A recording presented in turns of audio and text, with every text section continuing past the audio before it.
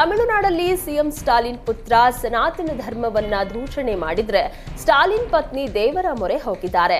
CM Stalin ಪತ್ನಿ ದುರ್ಗಾ ಸ್ಟಾಲಿನ್ ಕೊಲ್ಲೂರು ಮೂಕಾಂಬಿಕೆ ದೇಗುಲಕ್ಕೆ ಭೇಟಿ ನೀಡಿದ್ರು. ಕೊಲ್ಲೂರು ಮೂಕಾಂಬಿಕೆಯ ವಿಶೇಷ ಭಕ್ತಿಯಾಗಿರುವ ದುರ್ಗಾ ವಿಶೇಷ ಪೂಜೆಯನ್ನ ಸಲ್ಲಿಸಿದ್ರು. ಜೊತೆಗೆ ಬಂದಿದ್ದ ಸ್ನೇಹಿತೆಯಿಂದ ಮೂಕಾಂಬಿಕಾ ದೇವಿಗೆ ಚಿನ್ನದ ಕಿರೀಟ ಅರ್ಪಣೆ ಮಾಡಿದ್ರು.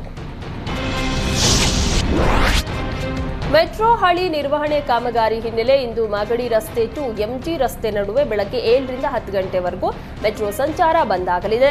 ಈ ಬಗ್ಗೆ ಬಿಎಂಆರ್ಸಿಎಲ್ ಪತ್ರಿಕಾ ಪ್ರಕಟಣೆ ಹೊರಡಿಸಿದೆ. ಕಬ್ಬನ್ ಪಾರ್ಕ್, ಅಂಬೇಡ್ಕರ್ ನಿಲ್ದಾಣ, ವಿಧಾನಸೌಧ, ವಿಶ್ವೇಶ್ವರಯ್ಯ ನಿಲ್ದಾಣ, ಸೆಂಟ್ರಲ್ ಕಾಲೇಜ್, ಮೆಜೆಸ್ಟಿಕ್ ನಿಲ್ದಾಣಗಳು ಕಂಪ್ಲೀಟ್ ಬಂದ್ ಆಗಲಿದ್ದು, ಹಸಿರು ಹಾಗೂ ನೇರಳೆ ಮಾರ್ಗದ ಪ್ರಯಾಣಿಕರು ಕ್ಯೂಆರ್ ಟಿಕೆಟ್ ಹಾಗೂ ಟೋಕನ್ ಖರೀದಿಸದಂತೆ ಸೂಚನೆ ನೀಡಲಾಗಿದೆ. ಚಲ್ಲಘಟ್ಟದಿಂದ ಮಾಗಡಿ ರಸ್ತೆ, ಎಂಜಿ ರಸ್ತೆಯಿಂದ ವೈಟ್ಫೀಲ್ಡ್ ನಡುವೆ ಎಂದಿನಂತೆ ಮೆಟ್ರೋ ಕಾರ್ಯಾಚರಣೆ ಇರಲಿದೆ. ಸಾಲಬಾಧೆ ತಾಳಲಾರದೆ ಹಲಸೂರು ಗ್ರಾಮ ಪಂಚಾಯಿತಿ ಮಾಜಿ ಸದಸ್ಯ ಆತ್ಮಹತ್ಯೆಗೆ ಶರಣಾದ ಘಟನೆ ಬೀದರ್ ಜಿಲ್ಲೆಯ ಹುಲಸೂರು ಪಟ್ಟಣದಲ್ಲಿ ನಡೆದಿದೆ. ಹುಲಸೂರು ಪಟ್ಟಣದ ನಿವಾಸಿ ಸದಾನಂದ ಬಾಬುರಾವ್ ಪಟ್ನೆ ಮೈ ಮೇಲೆ ಪೆಟ್ರೋಲ್ ಸುರಿದುಕೊಂಡು ಬೆಂಕಿ ಹಚ್ಚಿಕೊಂಡು ಆತ್ಮಹತ್ಯೆ ಮಾಡಿಕೊಂಡಿದ್ದಾರೆ. ಪಿಕೆಪಿಎಸ್ ಸಮೃದ್ಧಿ ಬ್ಯಾಂಕ್ನಲ್ಲಿ ಸದಾನಂದ 90,000 ಸಾಲವನ್ನ ಮಾಡಿಕೊಂಡಿದ್ರು. ಸಾಲ ತೀರಿಸಲಾಗದೆ ಮನನೊಂದು ಮನೆಯಲ್ಲಿಯೇ ಆತ್ಮಹತ್ಯೆಗೆ ಶರಣಾಗಿದ್ದಾರೆ.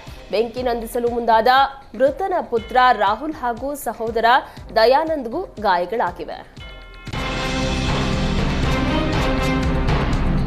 ಯಾದಗಿರಿ ಜಿಲ್ಲೆಯ ತೆಲಂಗಾಣ ಗಡಿ ಭಾಗದಲ್ಲಿ ಹಂಚಿಕೊಂಡಿರುವ ಪಸಪೂರು ಗ್ರಾಮಕ್ಕೆ ಮೂಲ ಸೌಕರ್ಯ ಒದಗಿಸುವಂತೆ ಆಗ್ರಹಿಸಿ ಗ್ರಾಮಸ್ಥರು ಗ್ರಾಮ ಪಂಚಾಯಿತಿ ಕಚೇರಿಗೆ ಮುಳ್ಳು ಬೇಲಿ ಹಾಕಿ ಪ್ರತಿಭಟನೆಗೆ ಮುಂದಾಗಿದ್ದಾರೆ.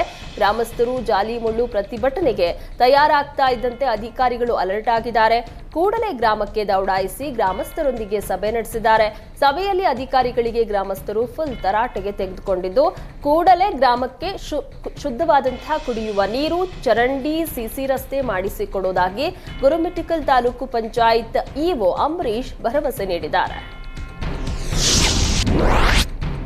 ಹುಟ್ಟುಹಬ್ಬವೆಂದು ದೇವಸ್ಥಾನಕ್ಕೆ ತೆರಳಿದ್ದ ಯುವಕ ನೀರಿನಲ್ಲಿ ಕೊಚ್ಚಿ ಹೋಗಿದ್ದಾನೆ. ಗದಗ ಜಿಲ್ಲೆಯ ಮುಂಡರಗಿ ತಾಲೂಕಿನ ಕೊರಲಹಳ್ಳಿಯಲ್ಲಿ ಘಟನೆ ನಡೆದಿದೆ. ಶರಣಪ್ಪ ಬಡಿಗೇರ್ ಎಂಬ ಯುವಕ ಹುಟ್ಟುಹಬ್ಬದ ಹಿನ್ನೆಲೆ ಸ್ನೇಹಿತರೊಂದಿಗೆ ದೇವಸ್ಥಾನಕ್ಕೆ ಹೋಗಿ ಬಳಿಕ ತುಂಗಭದ್ರಾ ನದಿಗೆ ಈಜಲು ಇಳಿದಿದ್ದ. ಈ ವೇಳೆ ನೀರಿನ ಸೆಳೆತಕ್ಕೆ ಸಿಲುಕಿ ಮೂವರು ಕೊಚ್ಚಿ ಹೋಗಿದ್ದಾರೆ. ಘಟನಾ ಸ್ಥಳಕ್ಕೆ ಪೊಲೀಸರು ಹಾಗೂ ಅಗ್ನಿಶಾಮಕ ಸಿಬ್ಬಂದಿ ದೌಡಾಯಿಸಿ ಸ್ಥಳೀಯ ಮೀನುಗಾರರ ಸಹಕಾರದೊಂದಿಗೆ ನದಿಯಲ್ಲಿ ಶೋಧ ಕಾರ್ಯ ನಡೆಸ್ತಾ ಇದ್ದಾರೆ.